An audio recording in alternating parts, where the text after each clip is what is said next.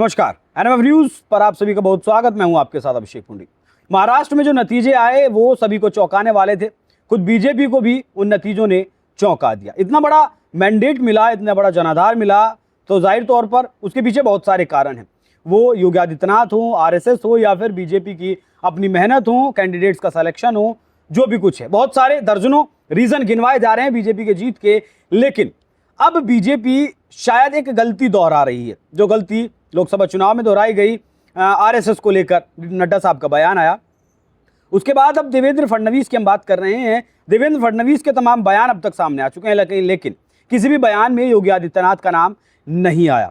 उस नारे को नहीं शामिल किया गया इस जीत के श्रेय में, जो नारा दिया गया था कि बटेंगे तो कटेंगे, जो आधार रहा महाराष्ट्र के चुनाव का। अब वो आजमी हो, सज्जाद नोमानी हो, वारिस पठान हो, जिन लोगों ने राजनीति में वो गर्मा गर्मी पैदा की, उस आधार पर जो पोलराइजेशन वोटों का हुआ, उस नारे का जिक्र रोहित महाराष्ट्र में नहीं है। खुद देवेंद्र फडणवीस नहीं कर रहे हैं। एकनाथ शिंदे ना करें, अजीत पवार ना करें तो चलता है, लेकिन देवेंद्र फडणवीस अगर श्रेय उस नारे को ना दें, एक फैक्टर ना माने, तो क्या कहेंगे इसे? देखिए, बिल्कुल इसमें कोई दो राय नहीं है कि एक नारे ने पूरी तरीके से माहौल को बदल दिया। तब जब अबू आजमी 2 से 8 विधायक मांग रहे हों, जब सज्जाद नोमानी खुद तय कर रहे हों कि ये कैंडिडेट हम देंगे, चुनाव आप जीत जाएंगे, जब वारिस पठान और क्या कहते हैं इम्तियाज जलील जैसे लोग योगी आदित्यनाथ को क्या कुछ नहीं कह रहे हों, पीएम मोदी से ज़्यादा योगी आदित्यनाथ पर तंज कसे जा रहे हों, तो निश्चित तौर पर योगी आदित्यनाथ का एक नारा बटेंगे तो कटेंगे, इसने कहीं ना कहीं महाराष्ट्र में हिंदुओं को एक कर दिया।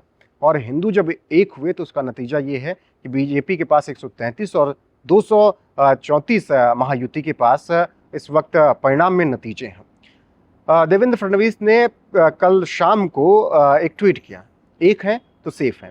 दरअसल हुआ ये कि जब सीएम योगी आदित्यनाथ के बयान बटेंगे तो कटेंगे का विस्तार हो गया, तब प्रधानमंत्री नरेंद्र मोदी ने कहा एक है तो सेफ है, ये बयान उन्होंने दिया। रोहित, तब मतलब तो वही है ना। तब बीजेपी के नेता नहीं, योगी आदित्यनाथ क्या है, कट एंड क्लियर, वो बोलते हैं कि जो डायरेक्ट जाकर लगे, एक है तो सेफ है, थोड़ा सा मतलब तो वही है। देखिए, आपने शब्द बदल दिए, शब्द बदल दिया आपने। जनता मतलब नहीं समझती है, जनता समझती है कि हार क्या है। जो हिंदुत्व हार्ड हिंदुत्व पे हैं, उनको ज्यादा मजा आएगा बटेंगे तो कटेंगे पे। ठीक वैसे ही जैसे विपक्ष कहता है जय श्री राम मत बोलो, जय सिया राम बोलो। जय सिया राम, जय श्री राम में कुछ फर्क है नहीं, लेकिन जय श्री राम थोड़ा एग्रेसिव हो जाता है। और एग्रेसिव तो फिर विपक्ष के हिसाब से संसद भवन के ऊपर रखा हुआ शेर भी है। ठीक है, तो वही मैं कह रहा हूँ। तो जब फडणवीस ने लिखा एक है तो सेफ है, तो इन लोगों ने क्या हुआ कि अपने सबसे बड़े नेता की बात को चुन लिया, मतलब पीएम मोदी की बात, क्योंकि चलो बात तो एक ही है। सीएम कल ट्वीट भी आया फडणवीस का, एक है तो सेफ है। तो लेकिन अभी भी सवाल है कि क्या ये जिक्र नहीं किया जा सकता था कि हमने जो बटने और कटने पर बात की, प्रचार किया, उसका योगदान रहा। ये दो चीज दर्शाता है। ये एक पहली बात ये दर्शाता है कि भाई केंद्र में जो हमारे बड़े नेता हैं उनका ही श्रेय जाएगा, उनके अलावा हम किसी तीसरे को नहीं दे पाएंगे, क्योंकि उसी के अंदर योगी आदित्यनाथ भी आते हैं। दूसरी बात, अगर योगी आदित्यनाथ की सीधी तारीफ कर दी जाती तो ये हो जाता कि महाराष्ट्र वाले योगी को अपना नेता मानने लगे हैं, अमित शाह और नरेंद्र मोदी को नहीं मान रहे हैं। तो इसके पीछे का के साथ भी बटेंगे तो कटेंगे कहा जा सकता था, क्योंकि योगी आदित्यनाथ ने भी ट्वीट किया, ये कहा योगी आदित्यनाथ ने भी एक है तो सेफ है का नारा दिया, उसके बाद बटेंगे तो कटेंगे। उन्होंने तो उपचुनाव की जीत को का श्रेय सीधे सीधे प्रधानमंत्री को बोल दिया कि आपके चरणों में हमने अर्पित कर दिया है 7 कमल। तो वो बातें उन्होंने कही। लेकिन देवेंद्र फडणवीस अगर भूले हैं तो मुझे लग रहा है कि ये मिसअंडरस्टैंडिंग हुई होगी। ऐसा नहीं है कि योगी आदित्यनाथ से उन्हें कोई खुन्नस से कुछ है, क्योंकि सब एक विचारधारा पर चलने वाले हैं, सब विकास और हिंदुत्व की बात करते हैं। नहीं, कहीं वो तो नहीं है कि अजीत पवार ने इस नारे का खुलकर विरोध किया। देखिए, अजीत पवार बटेंगे तो कटेंगे का विरोध किया। जब नारे तो कहीं अब सरकार बन चुकी है, मैंडेट मिल गया है, उस सरकार अजीत पवार की वैल्यू इसमें बचाने के लिए इस पूरी सरकार में उतनी ही वैल्यू है जैसे सब्जी बनाते वक्त तेज पत्ते की होती है। तेज पत्ता जब सब्जी बनाया जाता है तो सबसे पहले डाला जाता है कि टेस्ट आ जाए, और जैसे ही सब्जी पकती है तो सबसे पहले तेज पत्ता निकालकर बाहर फेंक दिया जाता है कि भैया अब आपका काम। बड़ी बात कर रहे हैं रोहित आप। तो वही रोहित आप बड़ी बात कर रहे हैं, रुकिए आगे नहीं जाएंगे। आप बताइए कि ये तेज पत्ता जो आपने अजीत पवार को बोला है, क्या अब जरूरत नहीं है गठबंधन? क्या जरूरत है अजीत पवार को? क्या जरूरत है? 133 उनके पास है, 50 से प्लस शिंदे के पास है, क्या जरूरत है? नहीं, शिंदे और अजीत पवार अगर चले जाएं कहाँ क्या कर लोगे? वो कांग्रेस के साथ चले ठीक है, मैं चलो जोड़ लो, चले जाए 52 80 और 8 5 13 140 45 147 पहुंच रहे हैं। हाँ। ठीक है, तो दो सीट एक्स्ट्रा रख के बीजेपी से टक्कर ले पाएंगे आप? और ऐसा तो है नहीं, मैं फिर कह रहा हूँ कि अगर एकनाथ शिंदे गए तो ऐसा तो है नहीं कि पूरे के पूरे 50-56 विधायक जो उनके 58 वो सब चले जाएंगे। 8 विधायक तो कहेंगे ना कि जिस विचारधारा के खिलाफ लड़ के आए तो उसी विचारधारा के खिलाफ ठीक वही काम करेंगे ना जो शिंदे ने किया था। कि आपने भी तो यही किया था, उद्धव ठाकरे जब चलिए मजाक का विषय था। अजीत पवार उस तेज पत्ते की तरह है भैया कि जिनका काम हो गया उनका काम बन गया। यहाँ पर बस इतना हुआ कि तेज पत्ते का सब्जी में काम नहीं बनता है, यहाँ पर अजीत पवार काम बन गया कि मैं चैलेंज कर रहा हूँ अजीत पवार अकेले लड़कर देख लें या जाकर उधर लड़के देख लें, 3 चुनाव में। रोहित आखिरी सवाल, 2000 मतलब अभी लोकसभा चुनाव में, उससे पहले 19 की अगर बात करें तो 42 सीटें इस गठबंधन के पास थी, लेकिन 15 सीटों पर सिमट गए 24 में। उसके 4 महीने बाद जाहिर सी बात है आपने माइक्रो मैनेजमेंट किया, आरएसएस आपका लगा रहा, हजारों सभाएं की, योगी आदित्यनाथ का भी नारा रहा, फिर लाडली बहना योजना जो थी वो उसने भी काम किया।